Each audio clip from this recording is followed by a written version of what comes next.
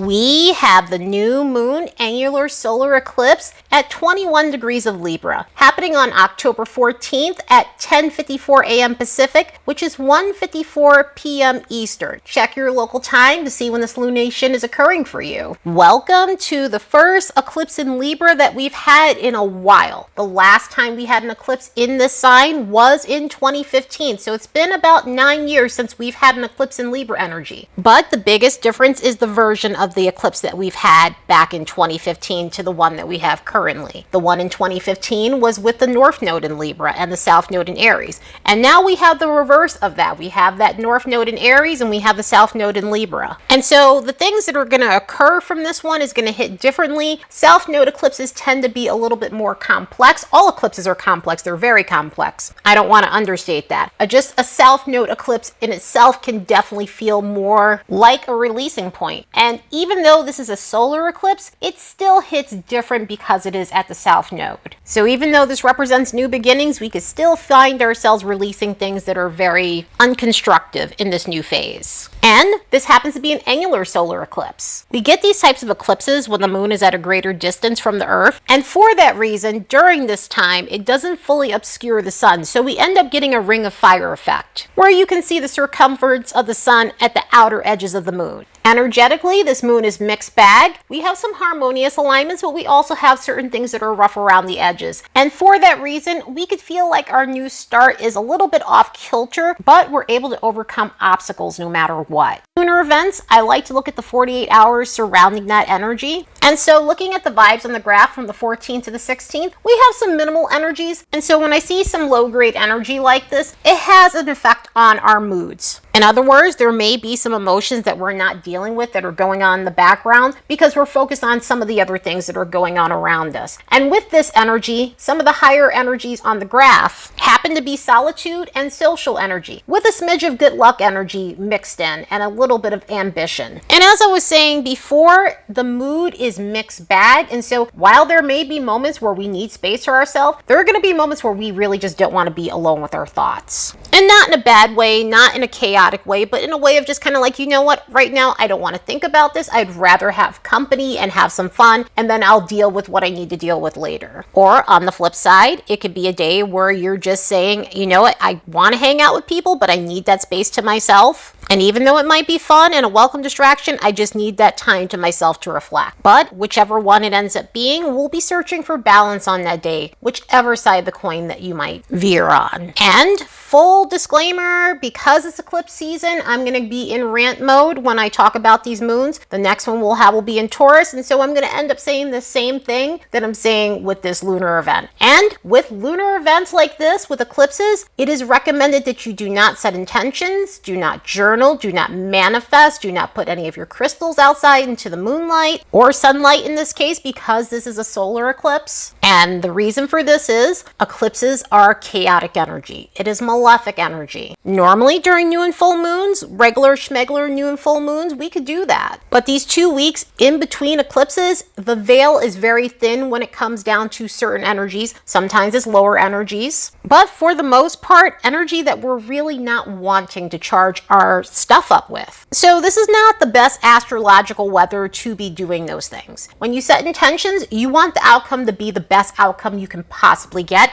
And with eclipses, unfortunately, that may not happen. With this being a South Node eclipse, especially, no matter if it is a solar eclipse, it can be very problematic. And you may get something that you don't want. You might speed up something that you don't want, or that you're just not ready for yet. So it's truly recommended from me and any other astrologer that you listen to, I'm sure they're all saying the same thing, that please do not manifest. Save this for November when we don't have eclipse energy. I mean, we'll have that new moon in Scorpio coming up, and that will be a better time to perform those types of things. End of rant. And if you've been listening to me for a while, generally during eclipse season, I don't do the reflective questions. Instead, we talk about possible occurrences that may pop up during these eclipses for you guys. Since this is Libra energy, this is going to deal with balance. This is going to deal with our one-on-one relationships. This is going to have to do with tranquility. More so, the word harmony and peace is a better word for Libra. Tranquility generally belongs to Taurus, the other sign that's ruled by Venus. But consider the possibility possibilities of what can come as a result of this. Because it's a new moon eclipse, this can usher in a new era for you. This may usher in a new era in terms of balancing what's lopsided in your life. And with this being at the South Node, you could be releasing things that are causing you to feel off kilter in your life in some sort of way, and finding yourself getting on a path where you do have some sort of structure, where you do have some sort of balance overall. This might usher in a 6 to 18 month phase regarding relating to others. Libra is about our one-on-one close relationships, and so we can start taking an inventory of, are we relating to the people that are around us? Are we relating to the people that we're close to? I know that everyone associates Libra with romantic relationships, and it most certainly does deal with that, but this could also be close friendships, very close relatives that you consider someone you relate to on a profound level. This can be about business partners. This could be about collaborating with other people, networking, and any other area of your life where you benefit from one-on-one relationships overall. So this can usher in a new phase where you ensure that there's equality in your relationships, that the relationships that you're dealing with offer reciprocity, where you're getting quality over quantity, where you're getting fairness in these relationships. It could bring to our attention the relationships in our lives that aren't peaceful, and how we need to seek out the ones that bring that sort of harmony to our lives. This can bring up areas where we might feel resentful due to being a people pleaser in the relationships, and we're needing to work through that and find ways to bring balance into those unions. Sometimes this can usher in a new era where we're looking at things from a less superficial lens. In other words, because of the South Node energy, we may be releasing the need to only be surface level in our relationships. Sometimes this could be the romantic relationships where we're going for the looks instead of the quality of the person. Other times it could be that we're just being surface level in general within our relationships. And so this may show us where we need to change that. That way we can have more quality relationships in our lives. On a non-person to person level, this may show up as our relationship to money. Since this is a Venus rule sign, we usually consider Taurus when it comes down to money, but this also does associate with finances. So this could be a period where we're trying to seek out balance in that area and have a better relationship when it comes down to our monetary stuff. On a non-relationship level overall, this can be a period where we start getting back into the Libran things that we enjoy. Sometimes this could look like art or anything to do with aesthetics and anything related to beauty in general. And again, not from the superficial lens, but in a way that brings value to our lives. And again, that can translate into art, that can translate into music, that can translate into theater, that can translate into cultural things as well. But overall, this can show us what's off kilter so we can make it symmetrical, because we're ready to walk a more balanced path in our lives. Let's look at these transits and see what we can expect from this lunar event. As a reminder, don't forget to like and subscribe because it helps this channel grow. And if you'd like to support the work of this channel, you could do so by buying me a fresh cup of coffee. There's a link in the description box below.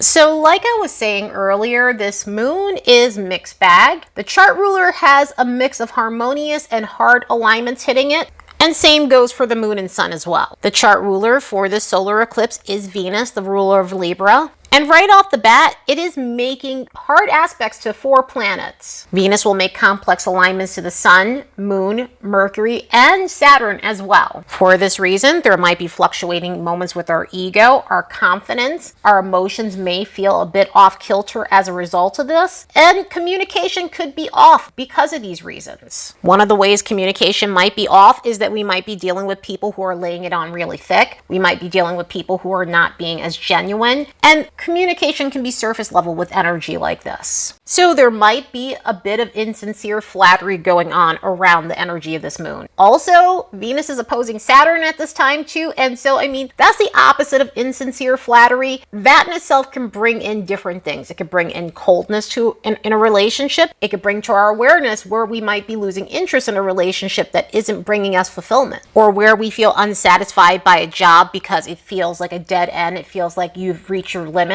More so on a promotional level and being able to get to the next level in general with the job itself. So this might be a time where we're examining things that don't offer fulfillment to us and what we may not want to bring on our new path with us, relationship and finance wise. also things that zap our confidence and our moods. But Venus is making harmonious connections to Mars and Jupiter, so this may help us in terms of taking action on what needs to be shifted, but also seeing opportunities that might be fortunate to us and taking action on those things. There was some ambitious energy that was popping up on the graph, and so that really helps push us through in terms of going after our aspirations or other things that may be in front of us. Really going for the gold on something that we normally wouldn't go after for various reasons. The sun and the moon will be in a quincunx with Uranus, so again, there may be moments where we're feeling a little bit jumpy, we're feeling a little bit anxious, our moods could be fluctuating, and this could bring up a little bit of things not exactly going as planned. Or it could be about acting recklessly on things that we need to wait for, things that we need more details about before we actually take action on them. So try not to rush anything and make sure you have all the proper information before proceeding on something with energy like this. But the sun and the moon are making a trine to Saturn, which can bring about some groundedness to this energy. This might help us shake off some of that chaotic energy and make practical decisions when it comes down to our one-on-one relationships and other Libran things in our life that we need to make sure we're taking a grounded approach to. So this energy might be really anchoring, especially if we're feeling erratic, especially if we're feeling reckless with that Uranus stuff that's going on, and some of the other transits that may rev up the need to just shake things up in our lives before it's ready. Even though this eclipse has its rough spots, it does have its sweet spots as well. So do what you can to find your equilibrium during this lunar event. Anyway, I hope you all have the best new moon, solar eclipse in Libra ever later, and see you in the next episode.